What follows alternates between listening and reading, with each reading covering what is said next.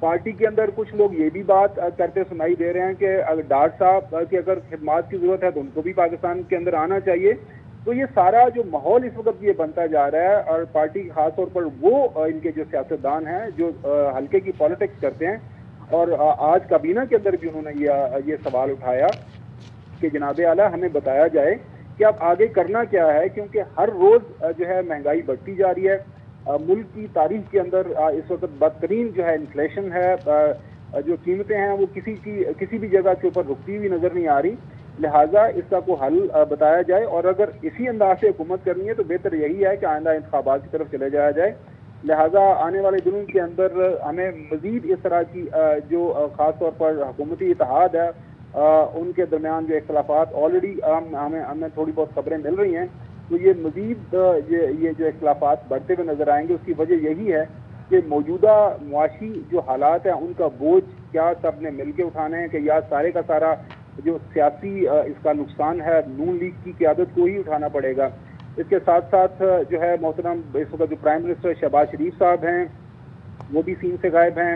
ان کو بھی جو ہے پارٹی قیادت کی طرف سے یہ کہا گیا ہے کہ آپ ذرا ضرورت سے زیادہ جو ہے کوشش کی کریں کہ آپ تواتر کے ساتھ میڈیا پہ آئیں، اور ہو سکے تو ایک آدھ اور آنے والے دنوں کے اندر جو ہے عوام کو اعتماد لینے کے لیے جو ایک نیشن ایڈریس دا نیشن کو بھی جو ہے کی تجویز ہے اس کو بھی زیر غور کریں، اور یہ کام جو لوگوں کو اعتماد ملے.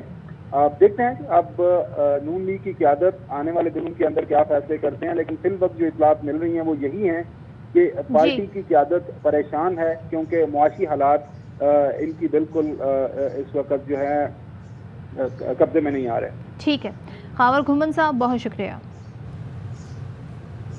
الیکشن کمیشن آف پاکستان نے پاکستان تحریک انصاف ممنوعہ فنڈنگ کیس پر فیصلہ محفوظ کر لیا. الیکشن کمیشن نے قرار دیا ہمیں کوئی پریشانی نہیں، باہر کون کیا کہہ رہا ہے. کیس کا فیصلہ انصاف کے مطابق ہوگا، ضرورت پڑی تو فریقین کو طلب کیا جا سکتا ہے. پاکستان کی تاریخ میں پہلی بار کوئی سیاسی جماعت فنڈز کی تفصیلات دے رہی ہے. پی ٹی آئی کا کیس فائنل ہوا چاہتا ہے، دوسری سیاسی جماعتوں کے کیسز کا بھی اختتام ہو. الیکشن کمیشن آف پاکستان نے قریب 7 سال 7 ماہ بعد اس اہم کیس کی سماعت مکمل کی. کیس کی 95 سماعتیں ہوئیں. چیف الیکشن کمشنر سکندر سلطان راجہ نے آج فیصلہ محفوظ کیا. فریقین کے دلائل مکمل ہونے پر آج درخواست گزار اکبر ایس بابر کے فائنینشیل ایکسپرٹ ارسلان نے اپنے موقف میں کہا پی ٹی آئی نے Norway, Finland, New Zealand اور آسٹریلیا کے ڈونرز کی تفصیلات نہیں بتائیں. الیکشن کمیشن پر تحفظات ہیں، فیصلہ قانون کے مطابق آنا چاہیے نہ کہ کسی جھکاؤ پر. فاروق حبیب نے الیکشن کمیشن کے باہر گفتگو کرتے ہوئے کہا ممنوعہ فنڈنگ میں سیاسی جماعت پر پابندی نہیں لگائی جا سکتی. پی ٹی آئی کا کیس تیزی سے سنا گیا، باقی جماعتوں کے کیس 4 سال سے رکے ہوئے ہیں. چیئرمین پی ٹی آئی عمران خان کی زیر صدارت پارٹی ترجمانوں کا اجلاس. عمران خان نے کہا ہے میں جانتا تھا یہ اقتدار میں آ کر اپنے آپ کو بچائیں گے. ریفارمز کے نام پر اپنے کیسز بند کرنے کی کوشش کی گئی ہے. خرم دستگیر کا بیان ثبوت ہے کہ یہ این آر او کے لیے حکومت میں آئے. ہم نیب ترامیم پر خاموش نہیں بیٹھیں گے، ہر آئینی اور قانونی فورم سے رجوع کیا جائے گا. اجلاس میں خواجہ آصف کا صدر مملکت سے متعلق بیان بھی زیر بحث آیا. شرکا نے خواجہ آصف کے بیان کو شرمناک اور حلف سے انحراف قرار دیا.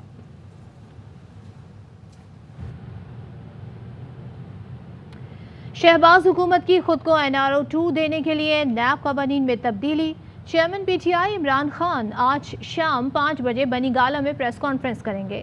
عمران خان نظام احتساب دفن اور 1200 ارب روپے ہضم کرنے کی کوشش پر گفتگو کریں گے. پریس کانفرنس میں چیئرمین تحریک انصاف نیب کی تباہی پر آئندہ کے لاہ عمل کا اعلان بھی کریں گے.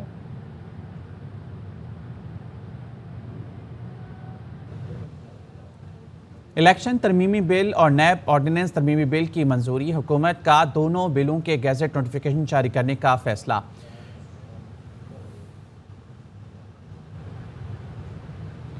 اور اس وقت آپ کو براہ راست دکھائیں گے شہباز شریف گفتگو کر رہے ہیں. ناعاقبت اندیشی اور بے انتہا جو ان کی جو ناقص کارکردگی رہی اس کی بنا پر یقیناً ہمیں بہت بڑا معاشی چیلنج ملا.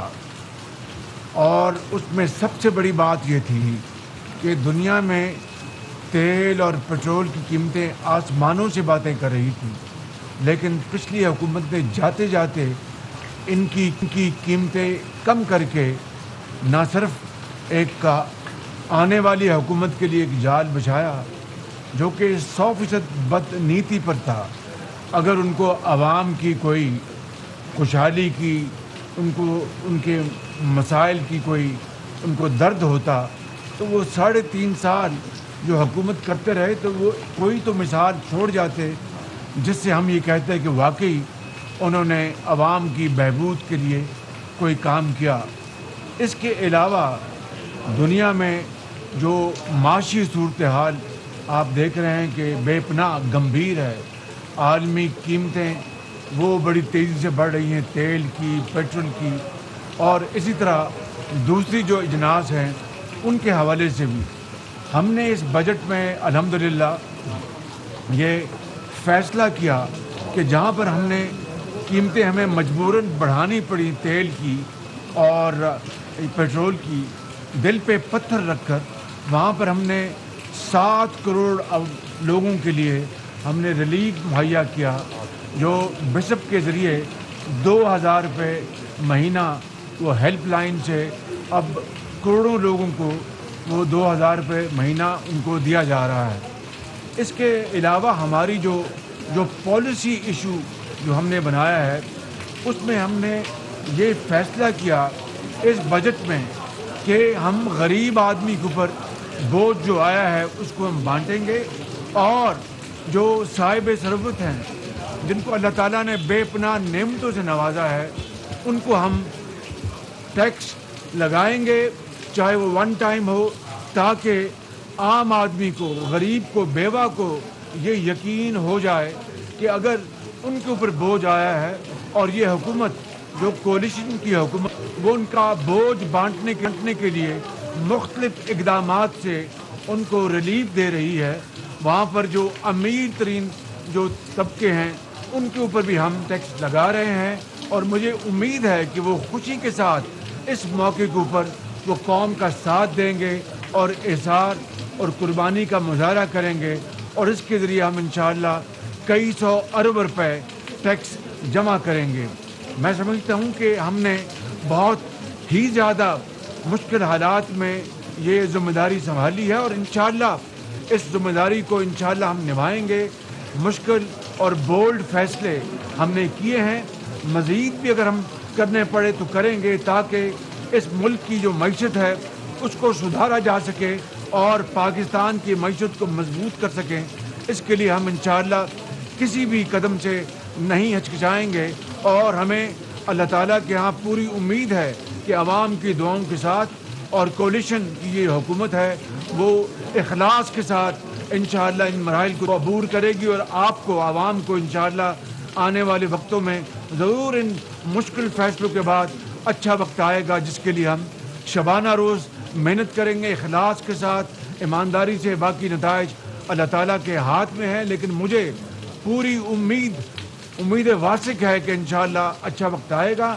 مشکل وقت یہ ضرور ہے، مشکل فیصلے ہمیں کرنے پڑ رہے ہیں جو کہ مجبوری ہے ہماری۔ دیکھیے کہ جو IMF کے ساتھ پچھلی حکومت نے جو معاہدہ کیا اس کی انہوں نے اپنے دور میں اس کی دھجیاں اڑائیں، اور وہاں پر انہوں نے باقاعدہ ٹیکس اور دوسرے جو اقدامات کا انہوں نے وعدہ کیا IMF کے ساتھ اس کو انہوں نے وائلیٹ کیا۔ ان کو اگر وہ معاہدہ کرنا تھا تو پھر اس کی پاسداری کرتے، اس کی انہوں نے دھجیاں اڑائیں، اور آج ہمیں IMF کے ساتھ جو ہمیں مشکلات پیش آ رہی ہیں وہ آپ کے سامنے ہے، لیکن انشاءاللہ میں آپ کو یقین دلاتا ہوں کہ یہ مشکل وقت ضرور ہے، لیکن ہم سب مل کر آپ کی دعاؤں کے ساتھ انشاءاللہ شبانہ روز محنت کریں گے اور پاکستان کو ضرور اس مشکل سے نکال کر اچھے وقتوں میں لے کے جائیں گے۔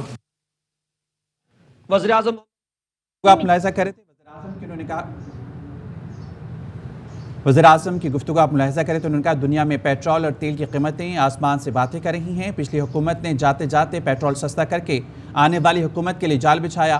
3.5 سال حکومت کی، عوام کا درد ہوتا تو کوئی تو بساط چھوڑ جاتے۔ عالمی دنیا میں تیل اور پیٹرول کی قیمتیں بڑھتی جا رہی ہیں۔ وزیر اعظم کی جانب سے یہ بھی کہا گیا کہ IMF کے ساتھ مشکلات پیش آ رہی ہیں۔ ان کی جانب سے یہ اعتراف کیا گیا ہے، کہتے ہیں کہ ہم کسی قدم سے نہیں ہٹیں گے، موجودہ حکومت اخلاص کے ساتھ تمام مشکل راستے پورے کرے گی۔ عالمی دنیا میں تیل اور پیٹرول کی قیمتیں بڑھتی جا رہی ہیں،